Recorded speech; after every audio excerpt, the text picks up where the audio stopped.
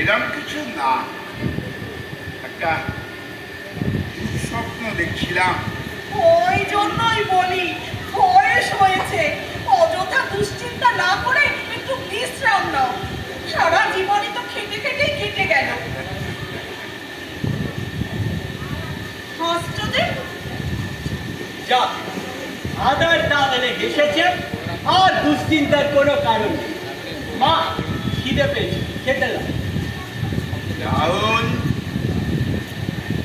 তুমি আসি বলে একটা মেয়েকে বিয়ে করবো বলে কথা দিয়েছ, আর মায়ের মুখে শুনলাম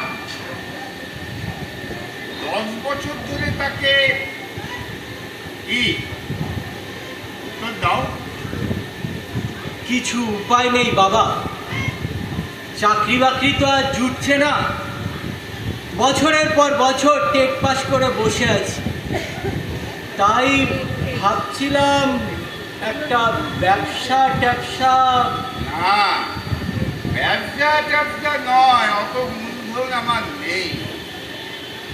চাকরি পেলে করবে কি করবে? কাঙালকে তুমি বলছো ভাত খাবো কি না? কে দেবে আমার চাকরি? হবে হবে, সব হবে। তুমি এখন যাও।